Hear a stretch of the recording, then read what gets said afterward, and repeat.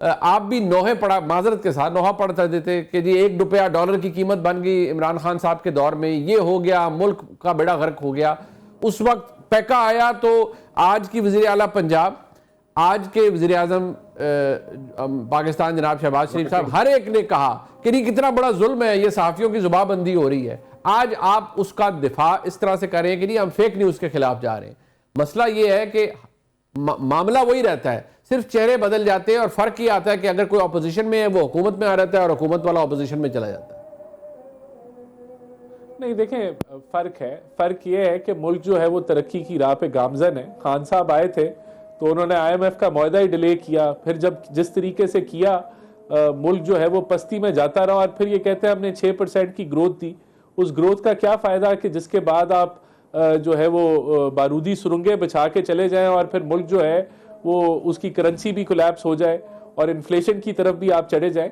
دیکھیں اگر آج ہم حکومت میں ہیں منیب صاحب, اور ہمارے پرائم منسٹر کہہ رہے ہیں کہ آ جاؤ ہاؤس میں کمیٹی بنی ہے وہاں بات چیت کرتے, تو وہ کہے ہم نے وہاں جانا ہی نہیں ہے اور خطوں پہ خط لکھتے رہے, تو کہنے کا مطلب بات جو ہے وہ پرابلم ان کا ہے, پرابلم ہماری پرابلم ہماری طرف کمیشن بنا دیا جائے.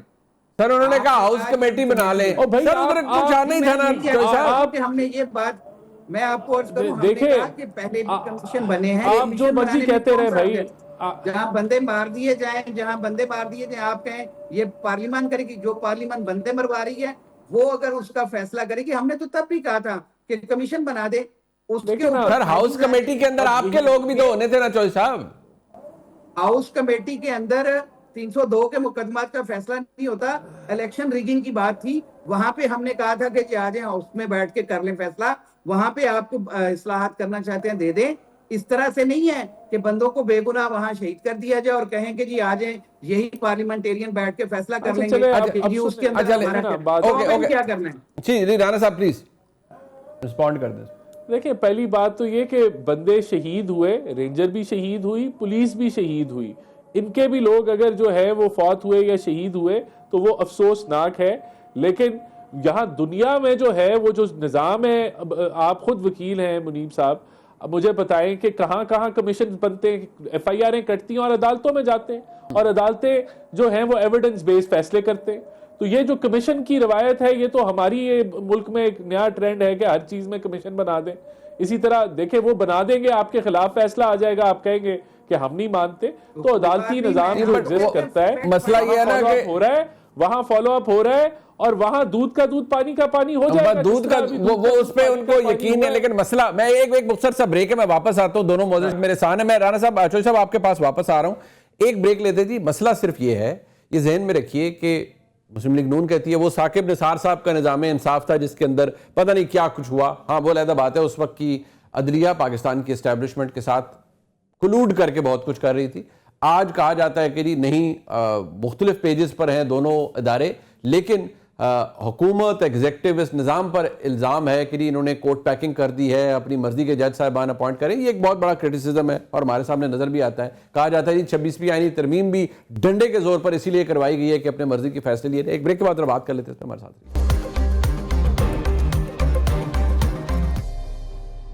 ایک دفعہ پھر آپ خوش آمدید کہتے ہیں. چوہدری صاحب بات یہ ہے کہ اب صرف اس چیز کو ذہن میں رکھنا ہے کہ میں موٹی گال کروں گا تو آپ کو پتہ ہے نا, دیاتی سی بات میں کہہ لیتا ہوں, سر معافی مانگیں, حالات ٹھیک کریں, یہ سارے مسائل حل ہو جائیں گے. آپ لوگ کو معاملات اپنا درست نہیں کر رہے, اور جتھے کرنی ہے معافی تلافی اتھے کر لو. میری بات سنیں, میں پنجابی جی کہہ دینا وا, معافی جنہاں نوں منگنی چاہیے انہاں نوں منگ لینی چاہیے. اسی نے اس ملک دے اندر استحکام آ جاوے, اس ملک دے اندر سیاسی استحکام ہوئے گا. اس سیاسی استحکام کے لیے خان کے بغیر نہ سیاسی استحکام ہے, نہ معاشی استحکام ہے, نہ اس ملک کا دیا گیا مینڈیٹ جو ہے وہ واپس ہوگا. ان لوگوں کو سوچنا ہوگا کہ اگر یہ بڑے دعوے کرتے ہیں کہ جی ہم اس ملک کے اندر سیاسی استحکام, معاشی استحکام لانا چاہتے ہیں, تو پھر ایک ہی رستہ ہے, وہ اڈیالہ کا رستہ ہے. خان کے ساتھ ڈائیلاگ کر لیں, خان کی اس بات کو جو عمر ایوب صاحب نے کہا نا کہ کچھ سیکھ لیں. مجھے صرف یہ بتائیں کہ جو جتنے نواز شریف, شہباز شریف, مریم نواز یا زرداری اور ان کے لوگوں کے اوپر, ڈاکٹر عاصم کے اوپر مقدمات تھے, وہ کس نے بنائے تھے؟ اگر پیپلز پارٹی کے اوپر مقدمات بنے تھے تو نواز شریف دور میں بنے ہوئے تھے، اگر نواز شریف کے اوپر مقدمات تھے تو وہ پیپلز پارٹی دور میں بنے۔ عمران خان نے صرف ایک وہ منی لانڈرنگ والا کیس ہے وہ کیا، اور اس کے علاوہ ہم نے ان کو سیاسی طور پہ کہیں پہ فکس نہیں کیا، گریل نہیں کیا۔ اچھا یہ ایک منٹ، یہ مفتاح اسماعیل صاحب، احسن اقبال، رانا ثناء اللہ، خواجہ آصف، یہ ان سب کے کیسز آپ لوگوں نے نہیں، آپ کے دور میں نہیں بنائے، آپ کہتے ہیں سب پہلے کے؟ میں یہی عرض کر رہا ہوں کہ اگر میرے رانا صاحب کے پاس سے اگر کوئی منشیات نکلی ہے تو این ایف اے نے بنایا۔ این ایف اے جو ہے وہ ایک الگ نارکوٹکس فورس تھی جس نے وہاں پہ بنایا، ہم نے تھوڑی بنانا ہے، ہم نے ان کو تھوڑی ہم یہ آپ نے بات ہی ختم کر دی ہے، 190 ملین، آپ نے بات ہی ختم کر دی ہے سر، ہن رہ کی گیا پیچھے، ہن رہ کی گیا سر پیچھے، تو تسی کچھ کیتا ہی نہیں۔ سنیں نا، میں یہی عرض کر رہا ہوں کہ یہ جتنے مقدمات بنائے ان میں اب مدعی کون ہے؟ ایس ایچ او، ڈی ایس پی، پولیس کا۔ سر بات سنیں، وہ میں نہیں تھا، قسم سے چوہی صاحب میری بات سنیں، میں آپ کو، میں غریب آدمی ہوں، میں نہیں تھا امریکہ میں جس نے یوں منہ پہ ہاتھ پھیر کے کہا تھا کہ وہ شاید خاقان عباسی کہتے تھے مجھے جیل میں ڈالیں تو دیکھو ہم نے جیل میں ڈال دیا ہے، اور فلانے کا میں جا کے اے سی تو اترواؤں نا۔ سر میری بات سنیں، وہ میں تو نہیں سی نا۔ پولیٹیکل سٹیٹمنٹس ادروائز ہوتی ہیں، لو جی، پولیٹیکل سٹیٹمنٹس کی بات ادھر ہے، حقائق جو تھے وہ آپ ان کو جھٹلا دیں کہ جی ان کے خلاف جتنے نیب کے کیسز تھے، جتنی کرپشن کے کیسز تھے، یہ کنوکٹڈ تھے۔ چوہی صاحب آپ پرانے وکیل ہیں، آپ کا تجربہ مجھ سے بہت زیادہ ہے، میں تو ماڑا سا آدمی ہوں، لیکن میری بات سنیں، دیکھیں میری بات سنیں چوہی صاحب، یہ بات آپ کو بھی پتا ہے ہر چیز کی تحقیق کرتے ہیں۔ بات یہ ہے چوہی صاحب، یہ آپ کو بھی پتا ہے، یہ مجھے بھی پتا ہے کہ کون کون کیسے کہاں کہاں کس کی خواہش پہ گرفتار ہوتا رہا۔ اس طرح اتنا میں دیکھیں، بات وہ ہے جو کھلی ڈلی کرنی چاہیے۔ آپ کہتے ہیں عمران خان صاحب سے سیکھیں، تو یہ کہتے ہیں ہم نے تو یہی سیکھا ہے عمران خان سے کہ اپنے سیاسی مخالفین کا رگڑا نکال دو، چیئرمین نیب کو ایسا اپنے قابو میں کرو کہ وہ ہل نہ سکے۔ یہ بار بار ہمیں یہ کہتے ہیں کہ جو عمران خان نے ہمارے ساتھ کیا وہ ہم نے کرنا ہے۔ جی ٹھیک ہو گیا جی، ہم سہنے کو تیار ہیں۔ اچھا جی، ہم سہنے کو تیار ہیں، ہم اس وقت بھی جیل میں بیٹھے ہیں اور اپنی قوم کے لیے بیٹھے ہیں، ہم نہ اپنی ذات کے لیے، نہ ہمارا اپنا کوئی مشن ہے، نہ ہم نے کوئی محلات سرمال بنائے، نہ ہم نے ایون فیلڈ بنائے، ہم یہیں پہ بیٹھے ہیں، اور اسی جیل میں اگر یہ چاہتے ہیں کہ جی اس طرح سے سٹیبلٹی لا سکتے ہیں، یہ ان کی خام خیالی ہے۔ اس کے بغیر نہ سیاسی استحکام ہوگا اور نہ ہی معاشی استحکام ہوگا۔ ہم چاہتے ہیں کہ ملک اس پگڑی پہ چڑھے جو ترقی کی ہے، اور اس پگ ڈنڈی پہ جانے کے لیے رستہ، اس لیے یہ کہتے ہیں جی آرمی چیف کو خط لکھ دیا۔ میں ایک پاکستانی ہوں، ایک شہری ہوں، اس ملک کا خیر خواہ ہوں، میں نے جس کو بھی چاہا، کس کی بھلائی کے لیے، کس کی بھلائی کے لیے، لکھیں گے تو شاید وہ پڑھ بھی لیں، میں نے حقائق بتا دی، میں نے لکھ دیا، چلیں ٹھیک ہے، اچھا چلیں، میں نے لکھ دیا، میں نے اس قوم کے لیے، آپ نے حقائق بتا دیے۔ بات یہ ہے رانا صاحب کہ اب تھوڑا سا مسائل کو حل آپ خود بھی تھوڑا سا کر لیں۔ دیکھیے میں ان کے سامنے سارے معاملات رکھے جو انہوں نے ماضی میں ان کی حکومتوں میں ہوا، وہ بھی کوئی ڈھکا چھپا نہیں ہے، لیکن میں بصد احترام یہ بات سمجھنے سے اور ماننے سے بھی قاصر ہوں کہ آپ کے دور حکومت میں زیادتی نہیں کی گئی، یا آپ کے دور حکومت میں ڈنڈا سوٹا نہیں چلا، لوگوں کے گھر پہ ریڈز، وہ کہتے ہیں چادر اور چار دیواری کا مقدس، وہ کہتے ہیں ظلم ہوا ہے، ظلم، ہاں وہ کہتے ہیں ظلم ہوا ہے، وہ کہتے ہیں ظلم ہوا ہے۔ جی رانا صاحب، نہیں دیکھیں منیب صاحب، میں ان کا جو ریٹرک ہے، پولیٹیکل ان کی جو نیریٹو ہے، وہ سب جانتے ہیں، یہ وکٹم کارڈ پلے کرتے ہیں، لیکن یہ لوگوں کو نہیں بتاتے، یا کہ زمان پاک میں مجھے پتہ ہے پیٹرول بم مارے تھے یا نہیں مارے تھے۔ اب مجھے آپ اس کا مثال دے دیں 76 سالوں میں کہ کسی جماعت نے پیٹرول بم نہیں مارے تھے، دیکھیں مارے تھے نا، یہ تو مارے تھے۔ اچھا اب آگے آ جائیں، اب مجھے بتائیں کہ جو ایک منٹ، اب چوہدری صاحب ایک منٹ دیکھیں، اب جو 9 مئی کو جو انہوں نے کارنامہ انجام دیا، مجھے بتا دیں پتلونے کیا پی ٹی آئی کے ورکرز نے یا ان کے لیڈرز نے پتلونے نہیں لہرائی تھی؟ کیا اتنا ممکن ہے کہ 10 شہروں میں یک وقت جو ہے فوجی تنصیبات کے اوپر سیاسی جتھا جو ہے وہ پڑ جائے؟ تو تو یہ کیسے یہ وکٹم کارڈ کھیل سکتے ہیں؟ کیا 26 نومبر کو انہوں نے ٹیئر گیس اور شیل اگر تو نہیں چلائے تھے تو مجھے آپ بتا دیں، کیا یہ وہ جماعت واحد جماعت نہیں ہے جس نے IMF کو خط لکھا کہ بھائی آپ اس ملک کو قرضہ نہ دیں، یعنی کہ ہمارے اس کو سیبوٹاج کرنے کی کوشش کی؟ کیا یہ واحد پارٹی جماعت کی پاکستان کی تاریخ میں نہیں ہے جو امریکہ کے جا کے جس طریقے سے انہوں نے لابیسٹ ہائر کر کے ترلے لیے، کانگریس مین پہ کانگریس مین انہوں نے جا کے انگیج کیے کہ جو ہے وہ ملک کے اوپر مداخلت ہو، کوئی پریشر بلڈ ہو؟ کیا یہ واحد جماعت نہیں ہے جنہوں نے آکسفورڈ کا الیکشن لڑنے کی کوشش صرف اس بنیاد پہ کی کہ ملک ہمارا جو ہے وہاں پریشر پڑے؟ کوئی ہر لحاظ سے یہ ملکی مفادات کے خلاف چلنا شروع ہو گئے۔ مجھے یہ بتائیں، مجھے یہ بتائیں یہ سارے کام اگر تو ہم نے کیے، اگر یہ سارے کام ہم نے کیے تو آپ بالکل ٹھیک کہہ سکتے ہیں۔ یہ جو ان کو دیکھیں، میں آپ کو بتا دوں اگلی بات، ایک منٹ جوہر صاحب، قوم نہیں مان رہی نا اس بات کو، وہ کہتے ہیں کہ جی یہ غلط ہے، قوم نہیں مانتی۔ جی ایک سیکنڈ، یہ تہاڈا خیال، اسی لیے تو میں کہہ رہا ہوں کہ یہ قوم ماننے کو تیار نہیں ہے۔ گل سن لو نا، ایک سیکنڈ، یہ ملک چ بہتری ہوئے، تسی ایک برے طریقے سے PTI ایکسپوز ہو چکی ہے ان کا۔ یار اگر مجھے مکمل کر لینا پھر آپ جو مرضی بولتے ہیں۔ جی رانا صاحب، دیکھیں بات یہ ہے کہ 8 فروری کو یوم انہوں نے سیاہ منانا تھا، ٹھیک ہے، کوئی بندہ نہیں نکلا، ٹھیک ہے، کوئی بندہ، اتنے اچھے ہو گئے یہ PTI والے کہ حکومت نے کہا نہیں نکلنا، یہ نہیں نکلے۔ لیکن دوسری بات یہ کہ خان صاحب کو 14 سال کی سزا ہو، کوئی بندہ نہیں نکلا، KPK میں نہیں نکلا، قوم ان کے پیچھے نہیں آ رہی، یہ اب ان کا بیانیہ ہے میڈیا کے اندر، یہ دلاتے رہتے ہیں۔ لاسٹ ورڈ جوہر صاحب، لاسٹ ورڈ جی، قوم توڑے پیچھے کوئی نہیں سر، فارغ ہے۔ میں یہ عرض کر رہا ہوں کہ یہ ساری باتیں اگر جو رانا صاحب نے فرمائی ہیں اگر یہ سچ ہیں اور یہ حقیقت پہ مبنی ہے تو قوم ان کو ماننے کو تیار کیوں نہیں ہے؟ کیوں اس بات سے خوف زدہ ہیں کہ ہم نے فائر وال لگا کے ہم نے سوشل میڈیا کو روکنا ہے، ہم نے اس نوجوان کو جو شعور دیا جا رہا ہے اس کو روکنا ہے؟ میں ملک کی ترقی کی راہ پہ لے جانے کے لیے سارا بندوبست ہو رہا ہے۔ رستہ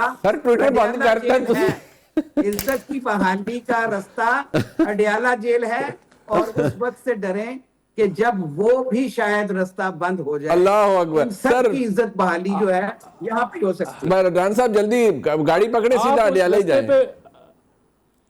آپ یہ PTI والے الحمدللہ 2029 تک اسی رستے پہ چلتے ہیں۔ میں شکریہ ادا کرتا ہوں اپنے معزز مہمانوں کا، جناب رانا احسان صاحب کا اور چودھری اشتیاق صاحب کا۔ بریک کے بعد واپس آتے ہیں۔ مفتاح اسماعیل صاحب سابق وفاقی وزیر خزانہ ہمارے ساتھ ہوں گے۔ بہت بڑا ایک تاریخ رقم ہو رہی ہے، ورلڈ بینک کے 9 ایگزیکٹو ڈائریکٹرز، ان کا ڈیلیگیشن پاکستان آیا ہے، اور اس حوالے سے پراسپیکٹس کیا ہیں، پاکستان معاشی طور پر کتنا مضبوط ہو سکتا ہے، اس حوالے سے بھی بات ہوگی۔ ایک ڈسپیشنیٹ انالیسس جو کہ ہمیشہ مفتاح اسماعیل صاحب دیتے ہیں۔ ایک بریک کے بعد ان سے جانیں گے۔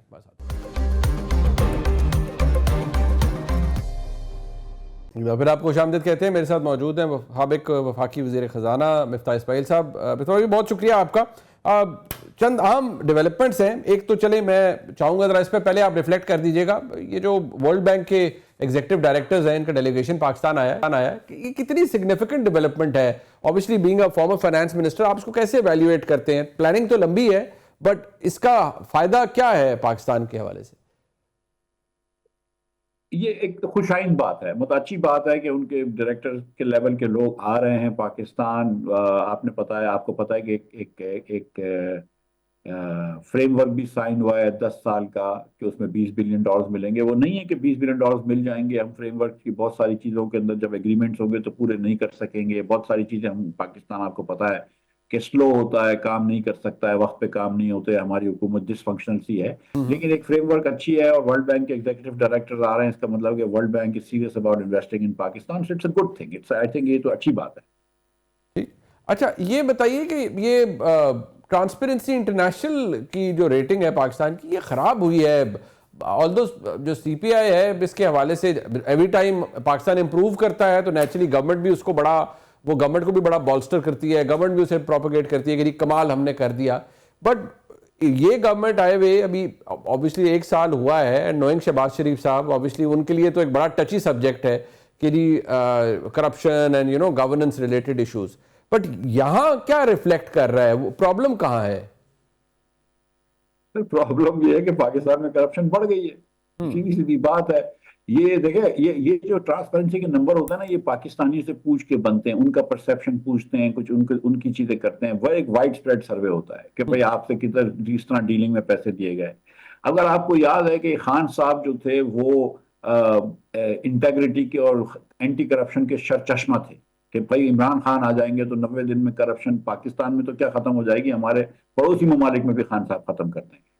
لیکن پھر پتہ چلی کہ بیگم صاحبہ جو ہیں اور فرح گوگی صاحبہ ہیں اور عثمان بزدار صاحب ہیں اور زلفی بخاری صاحب ہیں اور شہزاد اکبر صاحب ہیں، اور ان کی جو معاونیت سے جب حکومت چل رہی تھی علی زیدی صاحب ہیں، تو پتہ چلی کہ کرپشن کے انڈیکس میں بڑھوتی آ گئی. پھر پی ڈی ایم 1 آئی تو پہلے سال کرپشن کا انڈیکس کم ہو گیا اور اب پھر کرپشن کا انڈیکس بڑھ گیا.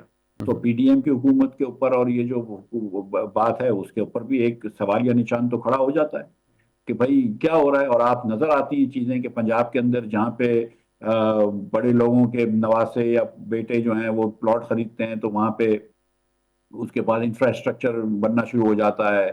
بڑے لوگوں کے بھتیجے یا بیٹے جو ہیں وہ بینک کا اپنے لون انٹرسٹ فری معاف کروا لیتے ہیں یا لون ریسکیجول کرا لیتے ہیں، سود معاف کروا لیتے ہیں. جب 20% سود ہوتا ہے وہ سود معاف کروا لیتے ہیں. تو یہ چیز پھر نمبر آ جاتے ہیں. پھر اب ڈیولپمنٹ اسکیمز کے اندر زیادہ ہاتھ لگنے لگتے ہیں، 20%، 25%، 30-35% تک پہنچ جاتا ہے. تو پھر یہ پرسیپشن گھومنے لگتا ہے اور پھر وہ ٹرانسپیرنسی کے نمبر میں آ جاتا ہے. سو یہ حکومت کی کارکردگی ہے جو ہم کو ادھر لے کے آئی ہے.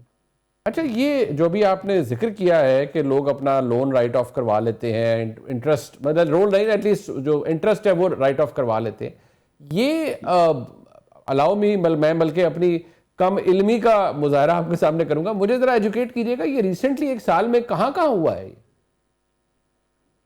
سر دیکھیں، میں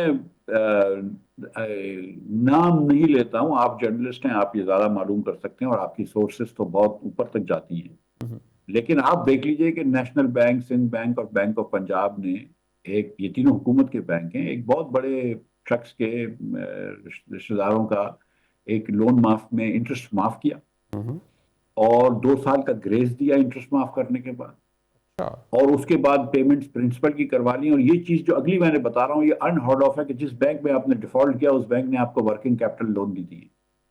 تو سر یہ باتیں پھر پھیل جاتی ہیں، پھر ٹرانسپیرنسی انٹرنیشنل کے نمبر بڑھ جاتے ہیں.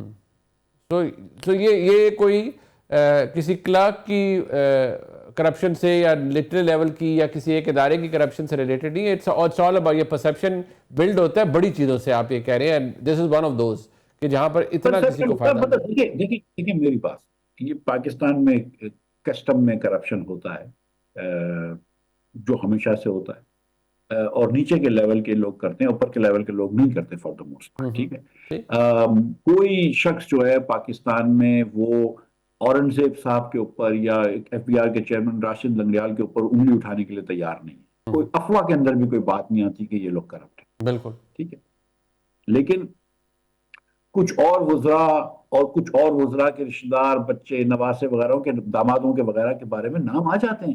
تو ہو سکتا ہے کہ یہ سب جھوٹ ہو سکتا ہے کہ ساری باتیں جھوٹ ہوں، لیکن بڑی مشکل سے یہ بات ہے نا کہ بھئی احسن اقبال کے بارے میں کوئی بات کیوں نہیں آتی ہے، اورنگزیب کے بارے میں بات کیوں نہیں آتی ہے، اور کچھ اور لوگوں کے بارے میں یہ بات کیوں آتی ہے، ان کے بچوں کے بارے میں یہ بات کیوں آتی ہے.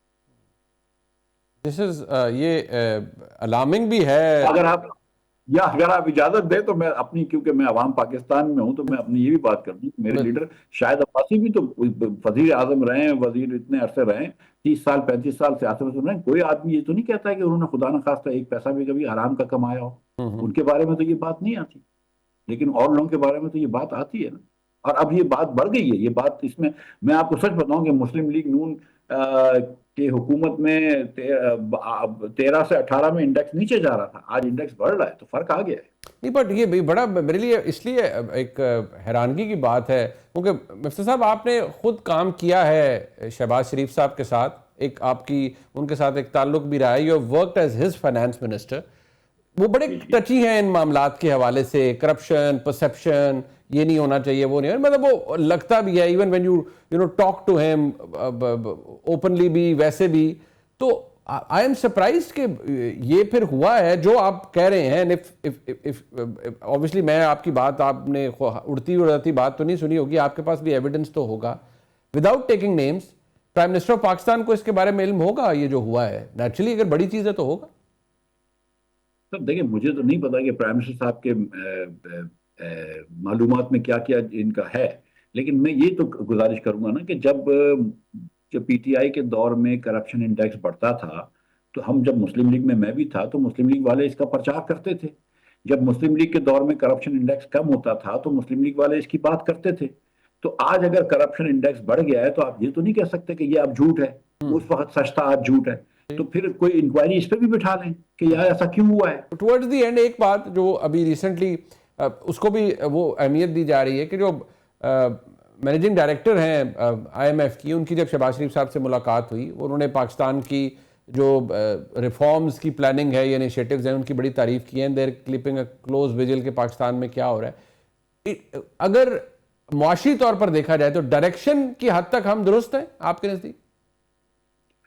اگر معاشی طور پہ دیکھا جائے تو جو آج کی پاکستان کی معاشی حالات ہیں، میکرو اکنامک حالات ہیں، وہ پچھلے سال سے بہتر ہیں، اس میں کوئی ڈاؤٹ نہیں ہے. جو پچھلے سال یا 2 سال پہلے جب پی ڈی ایم کی حکومت تھی تو روز ڈیفالٹس کی بات ہو رہی تھی، روز پریشانی کی بات ہو رہی تھی، لوگ پاکستان سے اپنا سرمایہ نکال رہے تھے. آج ایسی کوئی بات نہیں ہے، لیکن at the same time growth نہیں ہوئی ہے.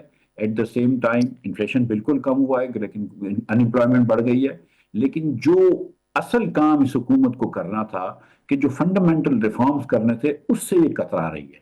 اور کبھی نہ کبھی یہ دیکھیں you will have to take the ball by the horn. ٹھیک، بہت شکریہ سابق وفاقی وزیر خزانہ مفتاح ہمارے ساتھ موجود تھے. پروگرام آپ نے دیکھا جس کا فیڈ بیک ضرور دیجیے گا، دیکھنے کا بہت شکریہ. خدا حافظ.